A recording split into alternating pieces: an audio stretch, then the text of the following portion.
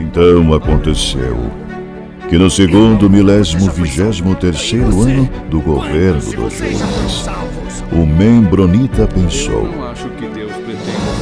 e estando a ponderar, sua mente se iluminou e pôde ver claramente.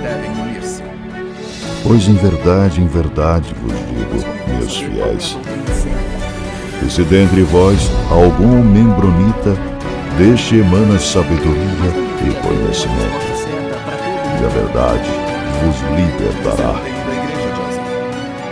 Sábio é o membronita que conhece os limites da própria ignorância. A sua alma está em jogo. Decidi investigar melhor o assunto. E que depois de muito conhecimento adquirir, descobre que, por fim, nada sabe. O membro fiel. Saudações, membronitas! Eu sou o Ozzy e esse é o Membro Pod, seu canal de podcast de estudo da história da Igreja de Jesus Cristo dos Santos dos Últimos Dias. A gente vai falar um pouquinho hoje então sobre o restante das outras publicações, né, de época da Igreja, quando ela foi fundada, se elas são oficiais da Igreja ou não. Na verdade, são muitas publicações, a gente vai falar sobre as principais delas, né? E a gente já citou uma delas aqui em episódios anteriores, que é o The Evening and the Morning Star.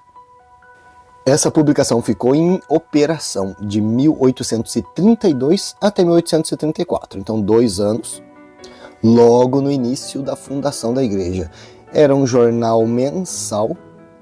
O Wikipedia está dizendo que era um órgão oficial da igreja que comandava essas operações, essas publicações. O publicador era William W. Phelps. Esse jornal foi fundado em Independence, no Missouri. A gente citou no episódio anterior que foi destruído ali, quando a turba estava perseguindo os membros da igreja, destruíram essa gráfica em 1833. Depois o Oliver Cowdery reassumiu lá em Kirtland, mas acabaram mudando de nome depois. Se quiser encontrar essas publicações do The Evening and the Morning Star, está disponível online no site da BYU. Na Wikipédia está dizendo que o The Evening and Morning Star foi o primeiro jornal oficial da Igreja Sud. Foi criado mais especificamente em junho de 1832. O William W. Phelps estava comandando essas publicações e foi destruído por uma turba em 20 de julho de 1833. Então, um ano aí depois da criação desse jornal, ele foi destruído. Foi destruído por quê? Porque eles tinham publicado uma matéria sobre os Estados Unidos e o Missouri em relação às leis sobre escravidão a africanos nos Estados Unidos. Estou tentando acessar aqui o que continha nesse artigo. Eu entrei em outro site, estou dando uma olhada. Está dizendo que basicamente o The Evening and the Morning Star publicou que os negros livres poderiam vir para Missouri. Então vem, os negros estão livres, vem para Missouri. Agora eu estou tentando entender se eles estavam dando asilo, provavelmente, não tenho certeza. E o pessoal do Missouri que tinha escravos começou a ficar chateado com isso. A gente tem que tomar cuidado com a informação. Eu lembro de algum episódio aí que a gente gravou, o Brigham Young falando, eu acho que algum episódio sobre o racismo, o Brigham Young falando, na época Joseph Smith, quando ele convidou os negros para virem para o Missouri, não era para defender a abolição da escravatura. Acho que ele estava falando alguma coisa de que eles queriam um trabalho de graça. Então, assim, para mim, eu acho que tem grande chance de um membro da igreja ter alimentado essas informações na Wikipédia, então tem que tomar muito cuidado para o que faz parecer. A princípio, eu vi que talvez o Joseph Smith ele não era racista como o Brigham Young era, com certeza não era. Agora, se ele defendia a abolição da escravatura, não tenho certeza. Provavelmente a gente já falou em algum episódio aqui, eu esqueci. Bom, voltando lá, então esse jornal The Evening and Morning Star foi destruído por conta dessa questão aí racial. Então, eles fizeram uma publicação, o pessoal da época não gostou, destruíram essa gráfica, estavam expulsando os mormons do local. E aqui está dizendo, de acordo com cartas escritas por John Whitmer e William W. Phelps, o pessoal ali do Missouri que defendia a escravidão, eles responderam agressivamente, destruindo essa gráfica e inúmeras cópias incompletas do Livro de Mandamentos, que era a Doutrina e Convênios da época. Só não tenho certeza que se a impressora era do William W. Phelps ou se ele era só o editor e as impressoras eram da igreja. Mas, de qualquer forma, depois que foi destruído, eles se mudaram para Ohio, em Kirtland, e eles passaram então a imprimir em impressoras que o Frederick J. Williams era dono. E então o editor passou a ser o Oliver Cowdery. Fizeram publicações como The Evening and Morning Star até setembro de 1834, quando então Oliver Cowdery escreveu: como o Evening and Morning Star foi designado para ser uma publicação em Missouri, é apropriado que consideremos mudar o seu nome para que então seja um jornal de Kirtland, passando a se chamar Messenger and Advocate. E só para finalizar, falar sobre a origem desse título, né, The Evening and the Morning Star. Eles estão falando sobre Vênus, né? Então, Vênus era chamada de The Evening Star, né, a estrela da noite, que ela aparece ali logo depois do pôr do sol, e também chamada de Morning Star, que é a estrela da manhã, que ela ainda aparece a leste antes do nascer do sol. A publicação aqui na Wikipédia diz: alguns contestam que esse significado vem de Jesus Cristo, porque da mesma forma que Vênus faz esse círculo, né, que é o círculo da vida, corresponde a Jesus Cristo. Por isso o jornal foi chamado por esse nome. Pode ser, mas não vamos esquecer que Joseph Smith, ele tinha muitas crenças. Se quiser dar uma olhada, tem o nosso episódio sobre o ocultismo e Joseph Smith. E a gente sabe que ele tinha muita ligação aí com planetas, com algumas coisas diferentes, né? Eu apostaria mais nisso, né? Ele tinha aquele medalhão de Júpiter, essas coisas. Eu não vou lembrar agora os detalhes, mas a gente sabe que ele estava ligado aí com algumas coisas diferentes do que a gente vê na igreja hoje. A próxima publicação que a gente vai falar é o Elders Journal. Então ele esteve em operação de 1837 até 1838. Se eu não me engano, teve o The Evening and Morning Star, depois teve o Messenger and Advocate, e depois ele foi substituído pelo Elders Journal, né? Então a gente já falou sobre o Messenger and Advocate, então agora a gente vai falar sobre o Elders Journal. Ele também era um jornal mensal, também era de posse de um órgão oficial da igreja, e o publicador era o Don Carlos Smith, que também era o editor. O local onde esse jornal foi estabelecido era Kirtland, também em Ohio. Vamos dar uma olhadinha nos detalhes sobre essa publicação. Então o nome é The Elders Journal of Church of Jesus Christ of Latter-day Saints. Começou a ser publicado em outubro de 1837, foi até agosto de 1838, ou seja, menos de um ano aí de publicação. Se eu não me engano, essa era a época que o Kirtland Safety Society estava falindo, estava um alvoroço muito grande na igreja nessa época. Que é uma informação interessante, né? O nome dele era Elders Journal of Church of Latter-day Saints. Teve uma época aí que a igreja tirou Jesus Cristo do nome. Aí logo depois que mudaram de novo e colocaram Jesus Cristo, aí ficou Elders Journal of Church of Jesus Christ of Latter-day Saints. Bom, o publicador e editor era o Don Carlos Smith, era um irmão mais jovem de Joseph Smith. É isso mesmo, né? Ele veio em substituição ao Messenger and Advocate, e depois ele foi também substituído pelo Times and Seasons. Agora eu só não entendo qual que era o problema de continuar com o mesmo nome. Estavam mudando de nome toda hora. Não sei se é questão legal. Tá aqui. Então quando o Joseph Smith e Sidney Rigdon eles foram expulsos de Kirtland, daquela questão do banco, né? As gráficas das impressões do Elders Journal caiu nas mãos de Warren Parrish, que criou aquela igreja secundária, deu continuidade ali.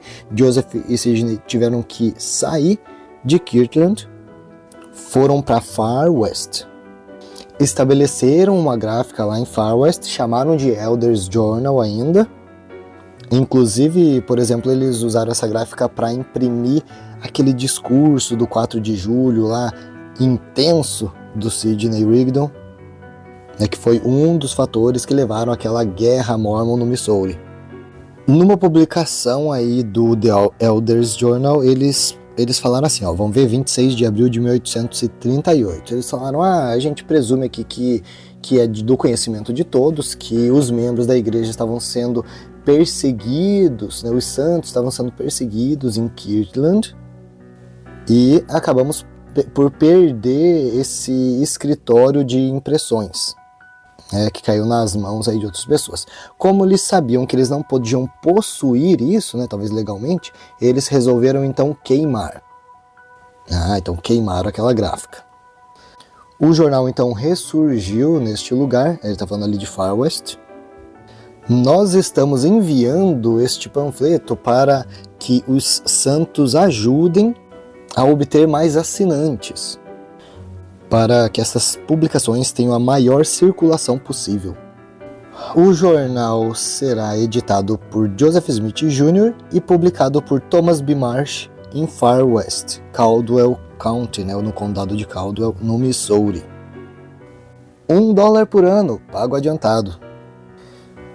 Bom, vamos dar uma olhada no conteúdo do Elders Journal. Ele tinha cartas de líderes da igreja, informações sobre as conferências da igreja, sobre casamentos, obituários.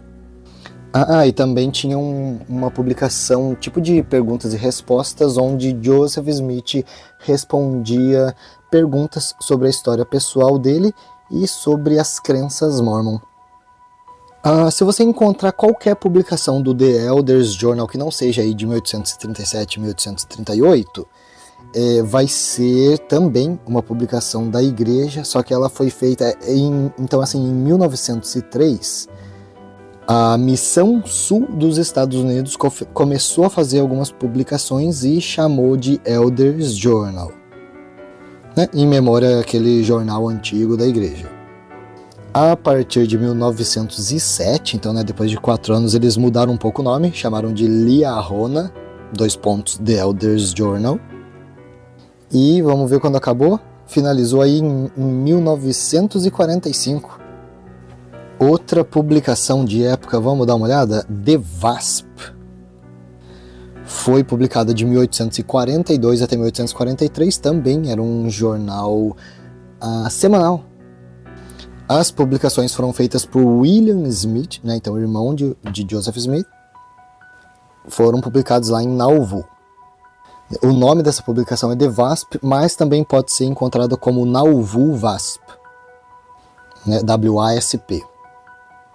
Na Wikipedia está falando aqui, né, The Wasp era um Latter-day Saints newspaper, né, então, né, um jornal da igreja, publicado de abril a abril, né, então abril de 1842 até abril de 1843. Tá dizendo, apesar de o The Wasp não ser uma publicação oficial da igreja, o The Wasp era consistentemente pró-Mormon, né? Então a favor, não falava nada contra. E por que pararam de produzir esse The Wasp? Porque, vamos ver quem veio aqui? John Taylor. O John Taylor começou a publicar o Nauvoo Neighbor.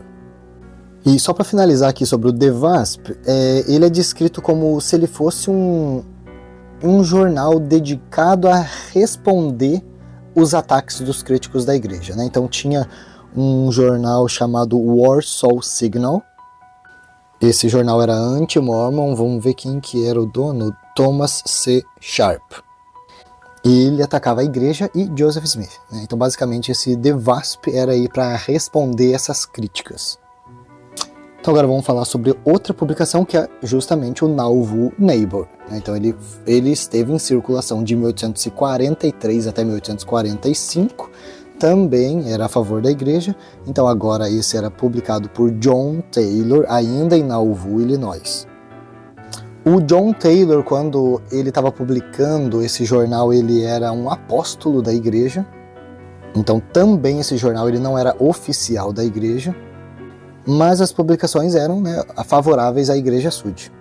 O Nauvoo Neighbor, por exemplo, junto com o Times and Seasons, foram os primeiros veículos de comunicação a transmitir para o público as informações sobre o encarceramento e a morte de Joseph Smith. Inclusive, aliás, né, o John Taylor estava lá junto. E outubro de 1845 foi a última publicação desse Nauvoo Neighbor. Por que eles pararam de produzir? Porque John Taylor e os membros da igreja decidiram sair de Nauvoo, né, em direção ao Vale do Lago Salgado, né, então acabaram cessando essas publicações. Próxima publicação que a gente pode encontrar informações sobre o passado da igreja é o The Seer. Ele foi publicado pelo Orson Pratt. Ele teve em operação ali um aninho, né? 1853 até 1854, era uma revista mensal. Lembrando que nessa época a igreja já estava lá em Utah, mas essa publicação não é de Utah, essa publicação é de Washington, D.C. O que acontece, né? Então a igreja publicamente assumiu que praticava o casamento plural, poligamia, né? A partir de quando? Setembro de 1852, lá na conferência, eles falaram sobre essa nova prática. Nova. Então Brigham Young mandou o Orson Pratt lá para Washington, D.C., para ele poder pregar o mormonismo para as pessoas lá. Então, a partir de janeiro de 1853, ele começou essa publicação The Seer, né? Se traduzir seria o vidente. Eles chegaram a produzir 400 cópias ali no pico de vendas em 1853, 400 cópias impressas. Aí em julho de 1854 ele se mudou para Liverpool, né? Então levou essa publicação para Liverpool, mas acabou que por problemas financeiros teve que parar a produção. Se eu não me engano, o Orson Pratt ele era do Quórum dos 12 Apóstolos, provavelmente. Em 1865, lembra, o Orson Pratt estava com aquele problema com Brigham Young. Ele já tinha produzido aquele livro da Lucy, né? O Brigham Young condenou aquele livro, mandou recolher e eles iam republicar depois com alterações, mas o Orson Pratt também tinha feito essas publicações no The Seer. E então em 1865, quando eles estavam lá condenando aquele livro também, né, da Lucy, eles condenaram também as publicações do Orson Pratt nesse The Seer. Né, diz a primeira presidência, o Quórum dos 12 Apóstolos e a igreja, né, LDS, a igreja Sud, oficialmente condena algumas das declarações doutrinárias de Orson Pratt que estão contidas no The Seer. O The Seer contém doutrinas não sancionadas, então não nos manteremos em silêncio mediante a desinformação. Então é isso, quer usar o The Seer como fonte histórica, tem que tomar cuidado que a igreja não assumia na época algumas das publicações. Se eram falsas ou não, não cabe a gente falar isso. Né, a gente vê que por muito tempo a igreja negava que tinha poligamia, mas na verdade ela acontecia. A igreja falava uma coisa, fazia outra, então tem que tomar muito cuidado. Mesmo que a igreja está dizendo, né, ele publicou isso aqui está errado. Está errado ou não era para ter dito? Né? Ou o exemplo daquele livro da Lucy. Né? A Lucy mentiu, foi publicado coisas enganosas ou coisas que o Brigham Young não queria que fosse publicado. Próxima publicação aqui que a gente vê é o The Contributor. Ele teve em circulação de 1879 até 1896, quando Brigham Young faleceu, 1877. Né? Então, após a morte de Brigham Young, teve em circulação até 1896. Era bem a época aí que a igreja estava sofrendo aquela pressão para abandonar a poligamia. Esse The Contributor era uma revista da igreja, para a juventude da igreja, publicada pelo Junius F. Wells em Salt Lake. Então essa publicação aí foi liderada pelo Junius de 1879 até 1892, quando quem comprou essa revista? A família Cannon. A gente já viu essa família Cannon ali no Deseret News e outras publicações. Bom, né, então essa família Cannon tinha uma empresa chamada Cannon Publishing Company, né, liderada pelo Abraham H. Cannon. Eu acho que o Abraham era filho do George K. Cannon, né, que era o conselheiro na primeira presidência. Então, a companhia dele comprou essa publicação da igreja. Bom, em 1892, né? Então, em 1896, 4 anos depois, o Abraham faleceu. Então, acabou que as publicações se encerraram. E as publicações que o The Contributor fazia acabaram passando para o Improvement Era. Próxima publicação, Juvenile Instructor, né? Tipo, o instrutor da juventude. Ele estava em operação de 1901 até 1929, é um bom tempo, aí, quase 30 anos. Era uma publicação oficial mensal, né, da igreja em Salt Lake. Essa publicação era usada na escola dominical da igreja. Eu lembro de episódio a gente citar essa fonte aqui, Juvenile Instructor, né? Então, se a gente tinha dúvida aqui se essa publicação era oficial da igreja ou não, oficial da igreja usada na escola dominical. Então aqui, ó, diz que as publicações elas consistiam em algo como catequismo da Bíblia, do livro de Mormon de Doutrina e Convênios, composições musicais, ilustrações, histórias, ensinamentos e outras instruções do Evangelho. E eu sei que ninguém esperava, todos vão ficar chocados, mas, para informação de todos, o The Juvenile Instructor era de posse da família Cannon. Sim, né? O primeiro editor foi George K. Cannon, um apóstolo da igreja na época.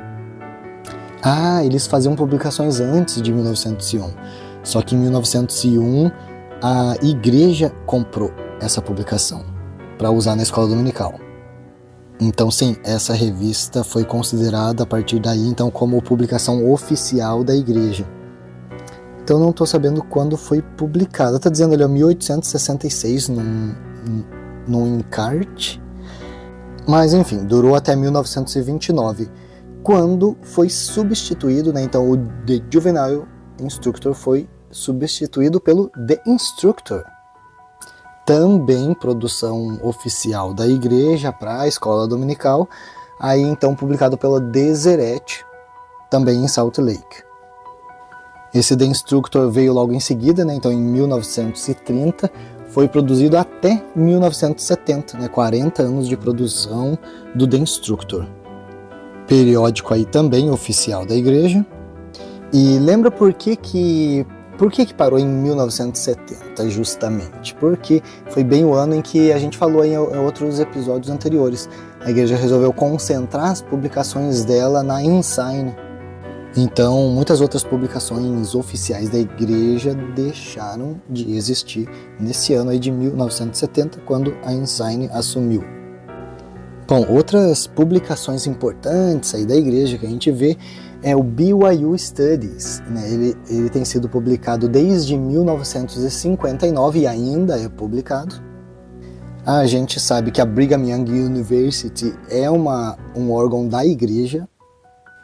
E esses estudos da BYU eles estão disponíveis online, né, no BYU Studies. Só procurar que você encontra. Tem muito material lá. O que são esses BYU Studies?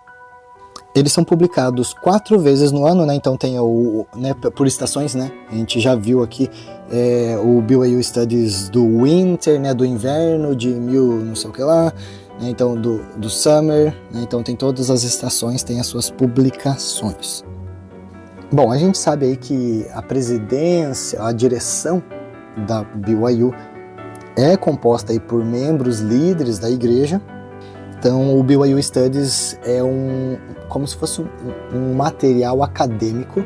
Os estudantes que estão lá fazem os estudos, levantam algumas questões que são discorridas e formam esse BYU Studies. Esses acadêmicos eles não publicam o que eles querem, eles são conduzidos pelos tutores deles. Quando eles levantam aí uma questão interessante, embasada, eles fazem essas publicações. Eles têm um lema também, Scholarship Aligned with the Gospel of Jesus Christ. É como se fosse o scholarship, o conhecimento secular, né? Como se fosse, né, o conhecimento, os estudos, né, os estudos alinhados com o Evangelho de Cristo, mais ou menos isso. Bom, próxima publicação que a gente vai estar analisando aqui é a Ensign. A Ensign ela começou em 1971 né, para substituir todas aquelas outras publicações da igreja. E olha só, ela foi até 2020, eu não estava ciente. Eu, quando saí da igreja, ainda tinha as publicações da Ensign. A gente tinha ali a Rona em português e a Ensign em inglês. Olha só, informação interessante aqui. A Ensign parou de ser produzida em 2020. Vamos dar uma olhada, o que entrou no lugar? Bom, é uma produção oficial da igreja, né, com localização em Salt Lake City. Bom, isso aí não tem muito o que explicar hoje, né? A gente já sabe, baseado no que a gente conhece da Liahona, né? São revistas, né? A Ensign, então são revistas produzidas pela igreja mensalmente. Alguns meses vinham as conferências gerais, né? Mas geralmente vinham histórias, mas todas relacionadas ao evangelho. Então, uma produção oficial da igreja. Qualquer coisa que você encontrar na Ensign que seja comprometedora para a igreja, não tem como a igreja dizer que ela não publicou ou que ela não estava de acordo com essa publicação. Ah, Ozzy, mas será que hoje a igreja vai fazer publicações que sejam comprometedoras para ela? Vai. É a questão só de depois a verdade vir à tona. Por exemplo, eu lembro, a gente já citou aqui quando o Gordon B. Hinckley, lá no discurso dele, estava falando sobre o livrinho, né, da Lucy Smith. Ele falou na conferência, que foi publicado aí na Ensign. A gente sabe que ele não foi totalmente honesto nesse discurso dele. Outras situações, vamos dizer algum exemplo, a igreja sempre negou que Joseph tinha várias esposas, né, só assumiu oficialmente recentemente. Então qualquer publicação que eles estejam ali negando, né, é comprometedor. Não faz muito tempo também que a igreja assumiu que é responsável pelo massacre do Mountain Meadows, né, foi um trabalho da Juanita Brooks. Então todas as publicações em que a igreja nega o envolvimento também é tudo publicação comprometedora. Bom, vamos dar uma olhada aqui. Ela parou de ser produzida, então a Ensign parou de ser produzida em agosto de 2020 e ela foi substituída pela Liahona. Então a versão em inglês também passou a se chamar Liahona, que é então a nossa próxima publicação a ser analisada aqui. A Liahona, ela surgiu já em 1977. Também, né, publicação oficial da igreja. Por que tem esse nome? A membronita já sabe, é aquele objeto do livro de Mórmon, né, que ele estava sendo guiado como se fosse uma bússola, né, sendo guiado no deserto. Então a Liahona, essa publicação da igreja, vai ser um guia para o membro da igreja em direção a um lugar seguro. Então, como a gente falou aqui, né, era Liahona para outras línguas, mas Ensign para o pessoal em inglês, até que resolveram, então, descontinua Ensign e tudo vai ser Liahona, né? Então, a partir de 2020, em inglês também passou a se chamar Liahona. Olha só, esse nome não surgiu agora não. Já tinha uma publicação anterior, né, da igreja, vamos ver aqui, em Independence, Missouri, publicada por Neff Anderson, chamado The Liahona, era um jornal semanal, vamos ver, publicado em 1907.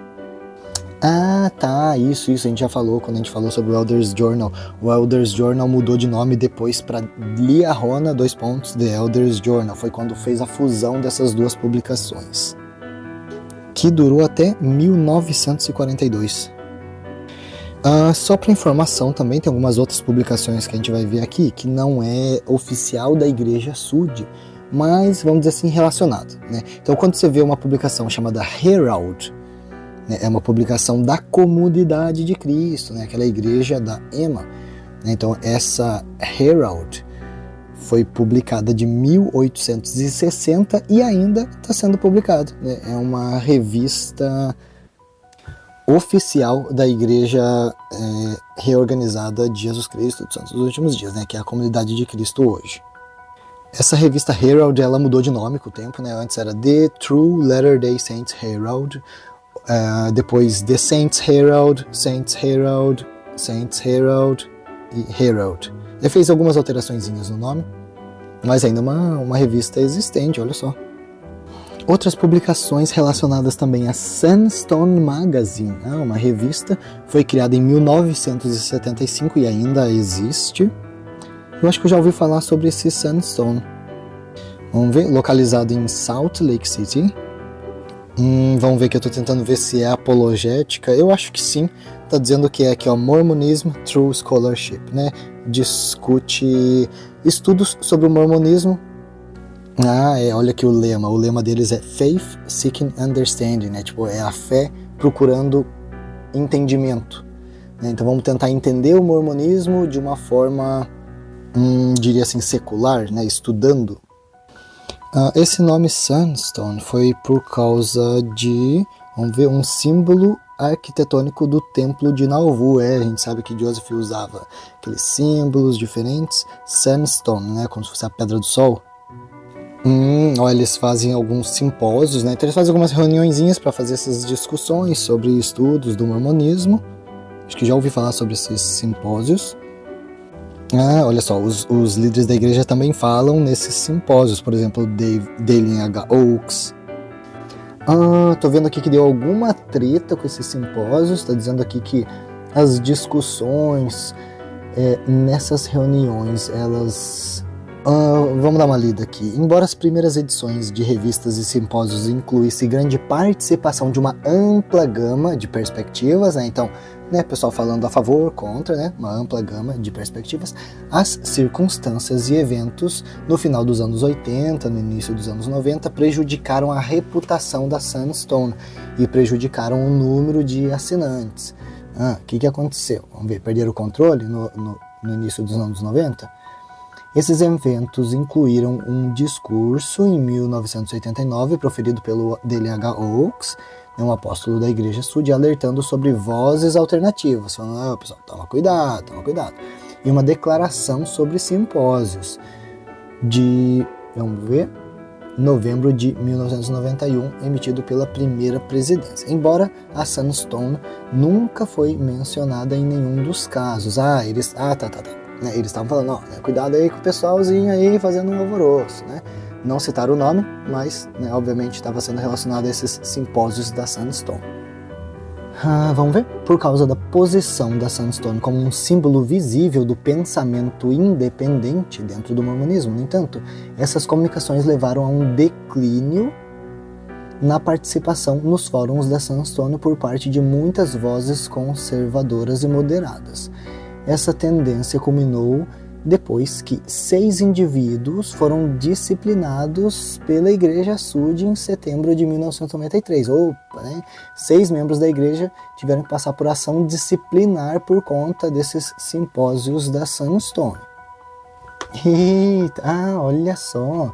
Né? Então, após isso aí, né, com a falta de participação de vozes moderadas e conservadoras, né, no caso assim, de membros da igreja, pelo que eu estou entendendo, a Sunstone experimentou um desequilíbrio em muitas apresentações em direção a causas e pontos de vista liberais. Né? Então, antes ela era mais tendenciosa, né, para defender a igreja.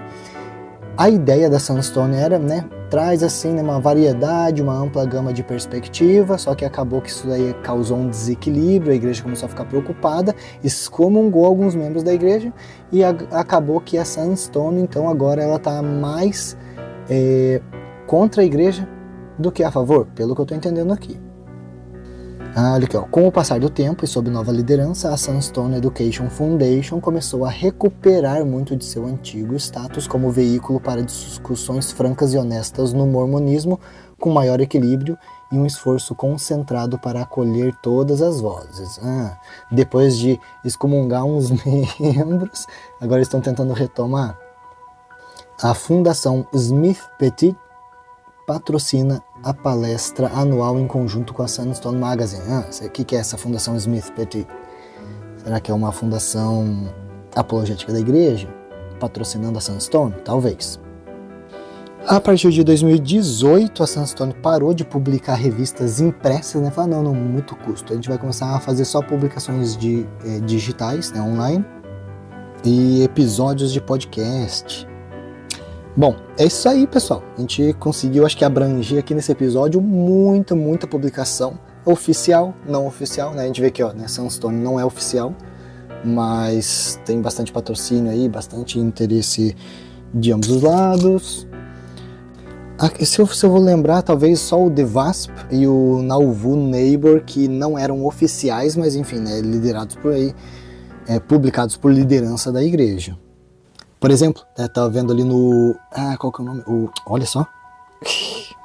Investigações Sud. Fez uma publicação sobre o Nauvoo Neighbor, né? O que o Nauvoo Neighbor fez, né? Em 24 de junho de 1843, eles fizeram uma publicação de um pôster, né? Um desenho que fizeram das placas de Kinderhook, né? Então eles publicaram lá o que foi desenhado, falaram, né? Então, né, quando a igreja chega lá e nega, né? Tem publicações no Times and Seasons, tem publicações aqui, ali, né? Ali, ó, no Nauvoo Neighbor. Quem que publicava o Nauvoo Neighbor, né? O John Taylor. Nesse Nauvoo Neighbor ele escreveu assim que a tradução estiver completa, então, ou seja, né, assim que ela estiver completa, quer dizer que Joseph ele começou a traduzir, pelo menos bateu um olho e traduziu alguma coisa. Olha só que interessante, né? Ali, ó, Parley P. Pratt escreveu em 7 de maio de 1843, né, sobre essas placas, né, essas placas de Kinderhook, sobre o esqueleto que foi encontrado e tal.